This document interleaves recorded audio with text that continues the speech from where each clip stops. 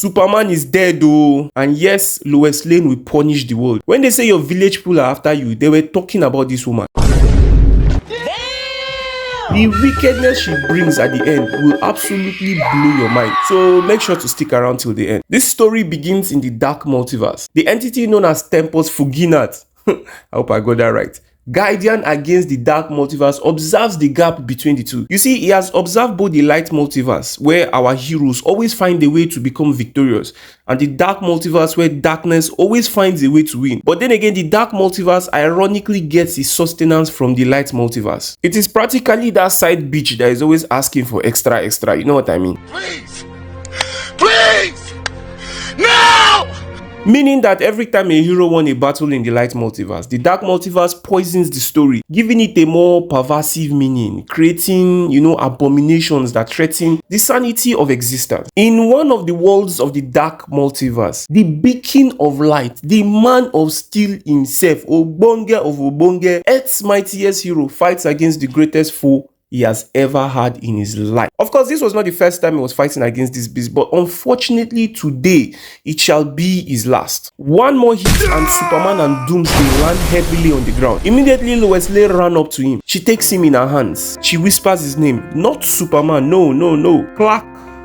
But her voice will never reach his ears, neither will she forever hear his. You see, this hero had fallen, but for her it was something more. After all, Clark might have been Superman to the rest of the world, but to Lois Lane he was her man, her husband, and the world just took him from her. With their ever unending requests and their wickedness, they took the love of her life, and Lois Lane will never forget. She would never forgive the world. Just then, other superheroes arrived. Unfortunately, they were too late. Batman tried to say something, but Lois Lane would not have it. She raised her voice at him. You let him down. You killed him. All of you. Where were you when he gave his life? Where were all of you hiding? Soon, a burial ceremony was held on his behalf. It was a time of sorrow, of mourning. Even the sky felt the loss, and tears from the dark clouds fell. Heroes gathered, those that could not be there with Superman when he died. And the crowd was much. So much so that Lois Lane could not even get the opportunity to see his burial up close as his wife. As people struggled and pushed her back, all she could do was look at the golden statue while listening to the empty speeches made by men such as Lex Luthor.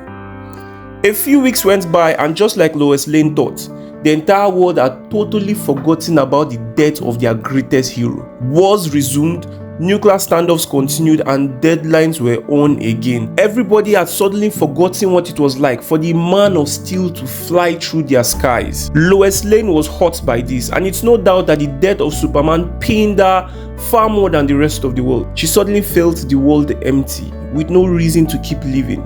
Even her nights were left sleepless. The only other person that felt this moment with her was Martha, Clark Kent's mother. Even in this moment, Lois Lane wanted to write Superman's story, to write how the innocent child who crashed from space was taken in by two farmers who were brave enough to not fear his origins, but rather to embrace it. She wanted the world to know of his roots, to truly know their hero for who he was, but she couldn't. After all, this was not a story to tell. Also, some stories, no matter how incredible or insanely amazing, should never see the light of day. The pain of Superman's death hit his parents even worse. His father, Jonathan Kent, had a heart attack the moment he heard his son was dead. You see, the old man felt guilty that telling his son to use his powers for good had resulted in the loss of his own life. And now, poor old Martha Kent had lost both her husband and her son. What a very painful experience. Lois Lane sat with the old woman as she cried, trying her best, at comforting, knowing fully well no one will do the same for her. Next, Lois Lane made her way to the Fortress of Solitude. This place had been Superman's second home. She took with her his torn cape at the point of his death, all to say one last final goodbye. And that was when it happened. The fortress shook as a blinding light burst forth. Behold, a voice was heard, thunderous as it was. This was the one known as the Eradicator. He told Lois Lane that he was the protector of Krypton, reborn to protect the last son of the House of El.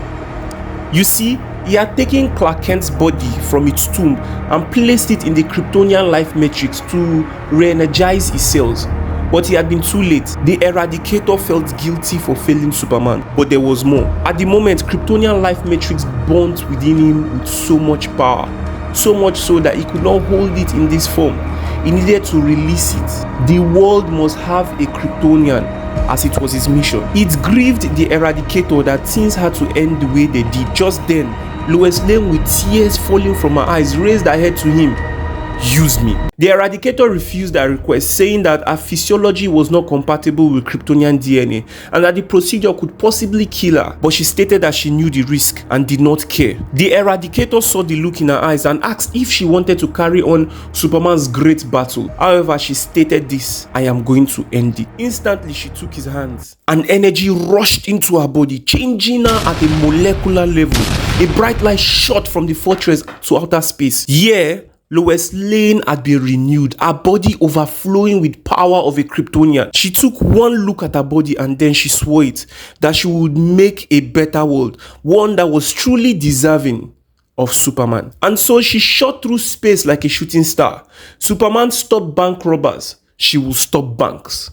She ended wars and freed prisoners. She fed the hungry and punished those who starved them. She crushed their weapons and burnt those who made them. She fought the corrupt and those who paid them. The world needed Superman, and she would not hold back a hammer of justice. But just as she did all these things, she could not help but think, why didn't Superman take such measures? Why was he not extreme? Just then she came upon a land.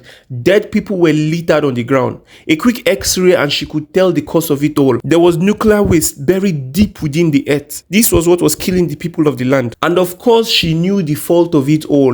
It was Lex Luthor. Lex Luthor, on the other hand, was enjoying a premium bottle of wine and the fresh breath of victory over Superman. He did not even mind boasting of the fact that he had been the reason for the nuclear waste that was killing innocents, as this was his way of making more money.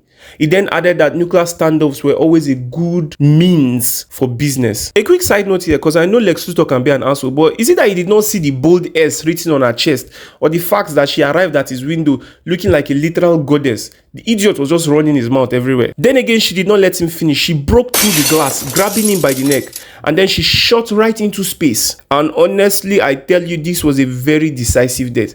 One that no one, not even Lex Luthor, had a say in it. Literally. Lois Lane shot into space, the force of which instantly ignited Lex Luthor like fireworks in the night. The brother unfortunately died from the combustion, as well as a lack of oxygen. And in no time, he had become dust. As Lois Lane looked at the one man that had caused her husband a lot of problems, she had no pity, no remorse, no sorrow, not even pride in the fact that she had ended him. All she felt was emptiness. But she was not yet done. After all, there was one person that deserved death just as much as Lex Luthor. This person was none other than the Joker in Gotham City. And as far as Lois Lane was concerned, justice had failed. The moment her gaze met him, the Joker was instantly turned into barbecue remains. At such a time, Batman showed up. "Lois Lane, what have you done?" And she replied, "What you could never do. How many have died from the Joker? How many have died from your sin?" Batman replied that there were lines they should never cross, but Lois Lane was not going to hear any of it. She had heard those same lines again and again for years, and what had it resulted into? Just more pain, just more suffering. She called Batman a failure, and Batman asked her, "What about Clark? Was he a failure?" She replied, "Clark is dead. Superman is dead, and she was not going to let his death go in vain." But Batman, being as iconic as ever, replied, "You already did." Immediately she attacked him, but Batman was already prepared. Using kryptonite, he punched her right in the midsection, but her anger was more focused as she grabbed his arm and smacked the kryptonite away. "Clark always pitied you," she told him. "He wanted you to stop." However, Batman turned to her. "I never stop." He launched at her again, but Lois Lane had already made her decision. Red laser shot from her eyes, blasting Batman to nothingness. She stayed suspended in the sky. In her eyes, she could see it now. The truth she believed Superman was too afraid to see. They don't want to be saved, but she was not done. If she could not save the world, then at least she could rid it of the blasphemers of his name. And so she made her way to Metropolis to meet the Cyborg, and he was polite to her. "Morning, Lois, how was your night?" But she was not having it.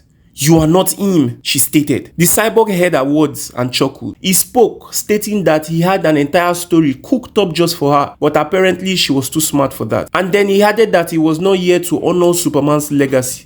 Rather, he was here to burn it down. The earth suddenly shook as the cyborg seized control of the machinery around, forcing them to wrap around Lois Lane in a tight band. "You wanted to change the world, but you weren't enough, Miss Lane. He has left you alone," the cyborg chuckled. Just then, a sledgehammer came from nowhere as yet another person with Superman's symbol came to help. "Kid, get him, I'll free Lois." However, in his current state, the cyborg was far stronger than Superman ever was. He blasted Kid, turning him into overcooked chips. A combined attack against the cyborg was not enough. These Supermen were nothing like the original, and he knocked the audacity out of them. "No!" Lois screamed, giving her all with fire from her eyes, blasting him into a nearby building.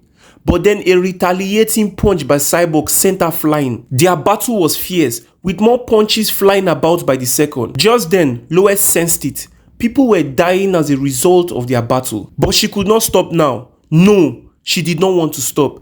In her heart, she had weighed the lives of these people and the threat of Cyborg. And as far as she was concerned, taking down Cyborg was more important. The few may die for the peace of the majority, she told herself. This was actually a choice that the old Superman would never take. But their cries became worse, and then she heard it. Through the chaos, she heard a voice, a whisper of hope. She looked on, and there he was, the man of hope, the man of steel. Surprising even herself when she looked at him, she was at a loss for words. It was a miracle that he was alive, but this Lois had committed too much atrocities. She did not want him back. She did not want to face him, but she had to. She flew to him. He informed her that the Eradicator had placed him in the life matrix, and although it took a longer period of time, he was here now. But then Superman looked behind him. He noticed something. In the eyes of the people that always looked at him with love, with hope, there was something else. There was fear. Clark turned to her. "Lois, why are they afraid of you?" Lois Lane was speechless for words, but before she could explain, the cyborg brought out a device. From its smoky green glow, it was obvious this was kryptonite, and a lot of that too. The cyborg's target was obviously the two Kryptonians before him, Lois Lane and Clark Kent. Lois Lane in a panic rushed over with a punch for the cyborg, the might of which was so big that it instantly blew everything away, causing a massive explosion. This was a mistake. What remained human of her allowed her to survive the Kryptonian explosion, but Clark Kent was not so lucky. She screamed for him. He had died one time in her arms, and now again, the same fate haunted her, only it was worse. After all, Clark Kent looked at her with terror at what she had become. Her tears fell like the rain, but his body went cold in her embrace.